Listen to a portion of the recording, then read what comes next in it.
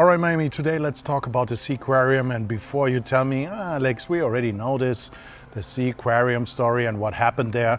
But no, my story isn't going to be like that, guys. This one is crazy and literally it should be a Netflix series. And it's still going. Just today, the well-known local graffiti artist Atomic was arrested for breaking into the closed park and tagging inside the Golden Dome. So I'm gonna make this a 3-part series on this because there's so much information, it's insane.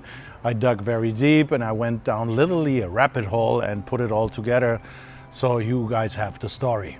So grab some popcorn right now and listen up. So for the background, we know the seaqurium was a long time Miami favorite for 70 years, but behind the magic, it turned into animal abuse.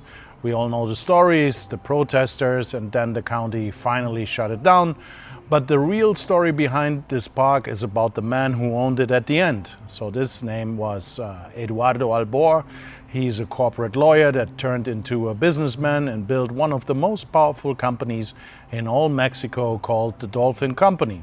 So he bought the seaqurium back in 2021, and then guys, it all fell apart. So his company completely collapsed into bankruptcy. He was down like $200 million in debt, and the lenders at the end forced him out and put new management in charge. And that's where it actually gets very wild. So according to court filings back in April 2025, this guy Albor shows up at the company's headquarters in Cancun with about 20 armed men and takes the building back by force. Now his lawyers say that never happened, or that's not the way it happened. But it even gets crazier because investigators say then he set up credit card readers that he bought at the Costco to secretly divert all the ticket money into different accounts that the court couldn't even touch anymore. So the US judge holds him on contempt then and fines him $10,000 a day. And then this February, guys, Mexican federal agents pull him out of his truck in Cancun and throw him into jail in Mexico City. And that guy is the man that owned the seaqurium.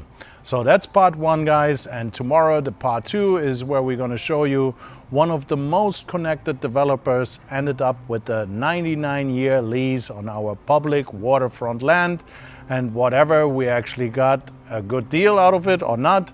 So stay tuned for tomorrow for part 2.